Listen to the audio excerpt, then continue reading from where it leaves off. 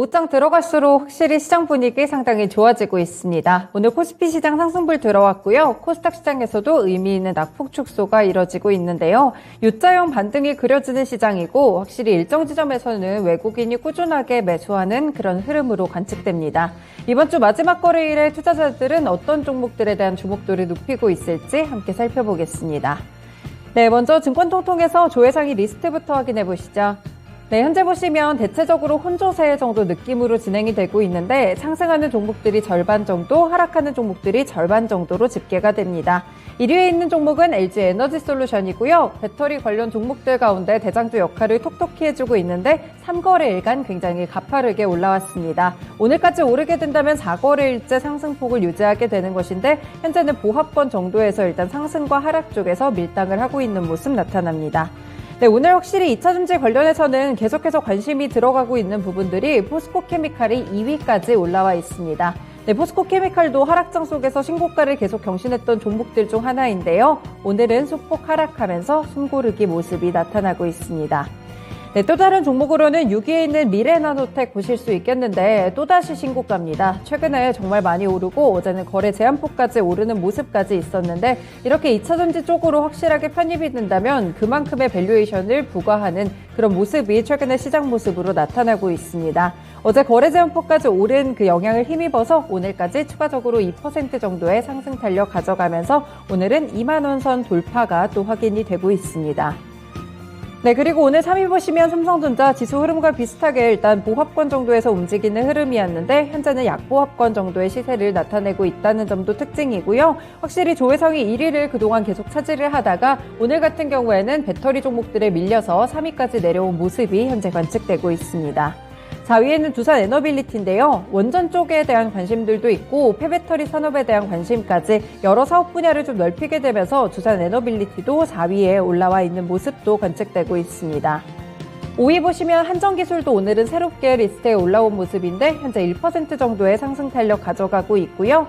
7위에는 카카오입니다. 카카오 오늘 시세 변동성이 아래쪽 위쪽 들쭉날쭉하게 좀 나오고 있는 모습인데 반면에 네이버는 오늘 상당히 좋은 주가 흐름 기록하고 있습니다.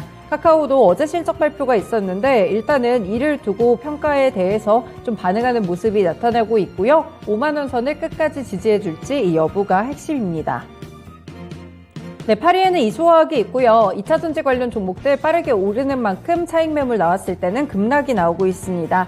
이소화학도 그런 종목들 중 하나이고요. 오늘은 8% 정도의 하락세 8위에 위치한 모습 나타나고 있습니다. 네, 그리고 카카오뱅크 같은 경우 9위에 있는데 오늘 예상외로 상당히 급등했습니다. 물론 실적에 대한 기대감들은 있었지만 증권가의 평가가 그렇게 좋게 나오지는 않았거든요. 잠시 후에 특징주에서 조금 더 자세히 보시겠고요. 이소화학처럼 2차전지 쪽으로 묶였던 리튬 산업에 주목하는 금양도 오늘은 차익 매물 털고 갑니다. 6% 정도의 하락세를 기록하고 있습니다. 네, 다음으로는 관심상위 리스트 보겠습니다. 현재 구간 리스트에서는 하락하는 종목들이 조금 더 많게 나타나고 있는데요. 그래도 1위와 2위는 상승 종목으로 구성이 되어 있습니다. 1위 같은 경우에는 계속해서 언급을 드리고 있는 미래나노텍이고요. 최근에 주가 흐름 상당히 좋게 관측됩니다. 그대로 수직 상승하는 흐름의 차트 모습 그리고 있고요. 2위에는 히림이 있는데 네옴시티 관련한 테마들도 좀 굉장히 유의해서 보셔야 될 것 같은 부분들이 관심상위 리스트에 관련 종목들이 상당히 많습니다.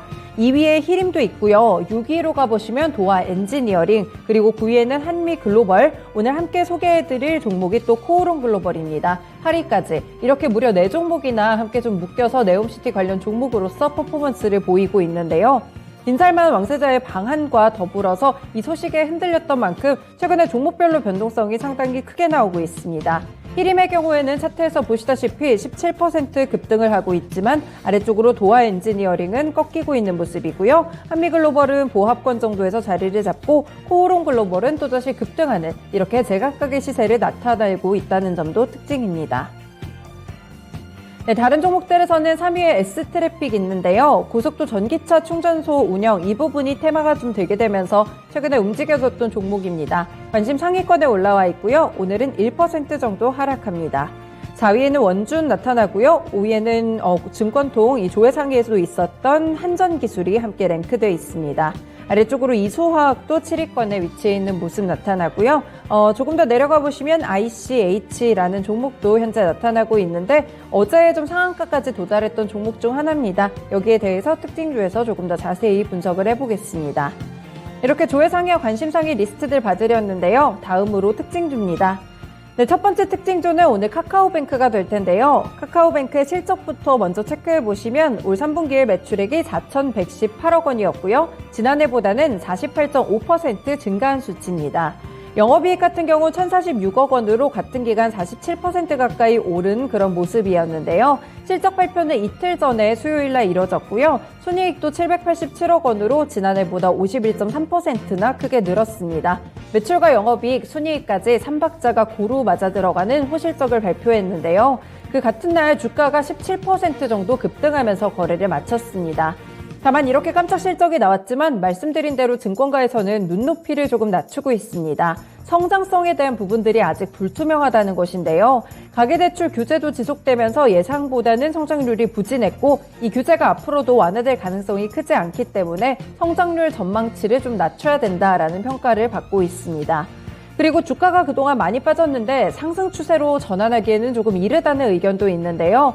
카카오뱅크가 강조했던 이 개인 사업자 뱅킹 서비스 론칭이라든지 인증 사업 및 가상자산 거래소 연계 서비스는 현재 시장 분위기상 주가 재평가 요인이 되기에는 어렵다라고 봤습니다.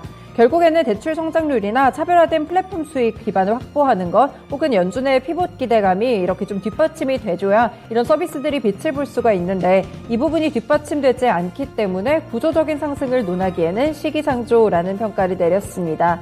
그래서 증권가의 이런 평가들을 읽어보신 분들은 오늘 주가 상승 예측이 쉽지 않으셨을 것 같은데요. 하지만 저가 매수에 조금 더 힘을 두고 오늘 올라오고 있고요. 일봉 보시면 확실히 느껴집니다. 카카오 그룹주들에 대한 투심 결코 좋지 않았고요. 상장 이후에 그대로 흘러내리는 모습이었습니다. 네, 카카오뱅크 같은 경우에 상장 당시에 9만 원대까지 상당히 크게 올라갔었는데 최근에 저점이 15,000원대까지 확인이 됩니다. 그야말로 주가가 반토막을 넘어서 훨씬 더 빠르게 가파르게 밀렸던 그런 종목인데요. 하지만 이번 달에서는 확실히 반등 잡고 올라오고 있다는 점이 일봉 차트를 통해서 확인이 되고 있고 지금 5거래일 연속 양봉으로 관측이 좀 되고 있네요. 주요 이평선들 돌파할 수 있는지 이 여부 추세적으로 보셔야겠습니다. 두 번째 특징주는 코오롱 글로벌입니다. 네, 먼저 보실 소식이 정부가 약 700조 원 규모의 네옴시티 메가 프로젝트를 집중 공략하기 위해서 원팀 코리아를 구성해 파견한다는 소식이 있었습니다. 오늘부터 9일까지 사우디아라비아에 민간기업 22개사로 구성된 수주 지원단을 파견하는 것이 바로 원팀 코리아 파견 소식인데요. 이 원팀 코리아는 국토부와 해외인프라 도시개발공사 등 정부와 공공기관을 비롯해서 건설사 11곳, 모빌리티사 2곳, 그리고 IT업체 4곳 같이 22개 민간기업으로 구성이 됐습니다. 이번에 가는 인원들만 40여 명에 이른다는 소식인데요. 이 원팀 코리아에 코오롱 글로벌이 포함됐다는 소식이 전해지게 되면서 매수세가 몰렸습니다. 코오롱 글로벌은 잘 아시다시피 종합 건설업을 영위하고 있는데 해외의 상하수도 시설을 시공하는 환경사업, 풍력발전을 포함해서 신재생 에너지 사업 등을 함께 영위하고 있다는 점 보시면 되겠습니다. 일봉 보시면 지난해 9월부터 꾸준하게 하향 안정화되는 그런 차트의 모습을 그렸는데 밀리는 방향으로 가다가 어제 큰 폭의 20% 넘는 상승 탄력을 기록했습니다. 네, 오늘 거래량이 또 상당하게 나오고 있죠. 거래량과 거래대금이 동반으로 실리는데 최근에 근 1년간 가장 높은 거래량 보여주고 있습니다. 주요 이평선 돌파하는 모습까지 오늘 확인이 되는데 일단은 윗꼬리를 좀 달면서 큰 폭의 이런 오름폭을 축소하고 있다는 점도 특징으로 작용하고 있습니다. 네, 마지막 종목은 ICH입니다. 이 주가 급등 무상증자 권리락 효과로 어제 있었는데요. 어제 이제 한국거래소가 ICH 무상증자에 따른 권리락이 어제 발생했다고 공시를 했습니다. 기준가는 6,720원이고 보통주 한 주당 2주를 배정하는 무상증자 결정이 있었습니다.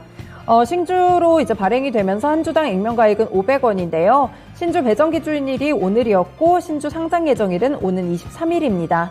이 무상증자 권리락은 신주에 대한 권리가 사라지기 때문에 신주 배정일에 맞춰서 좀 발생을 하는데요. 시가총액이 변동되지 않은 상태에서, 그러니까 가치 변동이 없는 상태에서 주식수만 늘어납니다.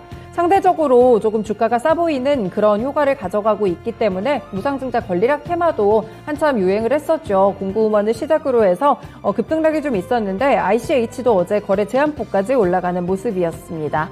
하지만 하루 만에 이런 상승분을 그대로 내려놓으면서 오늘은 하락세가 또 깊게 나타나면서 현재도 음봉까지도 확인이 좀 되고 있습니다. 일봉 보시면 ICH가 상장을 7월 달에 했습니다. 이후에 밀렸다가 지난달부터 반등을 꾸준하게 시작한 모습이 관측이 되는데요. 약간의 차익 매물 털고 나서 무상증자 권리락 효과에 한 번에 상한가 도달하는 흐름까지 나타나고 있습니다. 여기 얇은 호가창 나타나고 있고요. 오늘 같은 경우에는 추가적으로 아주 약간 오름세가 시초가에 좀 있었는데 하락폭이 확대되면서 현재 구간에서는 음봉이 길어지고 있습니다. 네, 이렇게 세 가지 소식들 차트와 함께 분석해봤고요. 조회상위, 관심상위 리스트까지 증권통해서 살펴봤습니다. 스타캐치 시간이었습니다.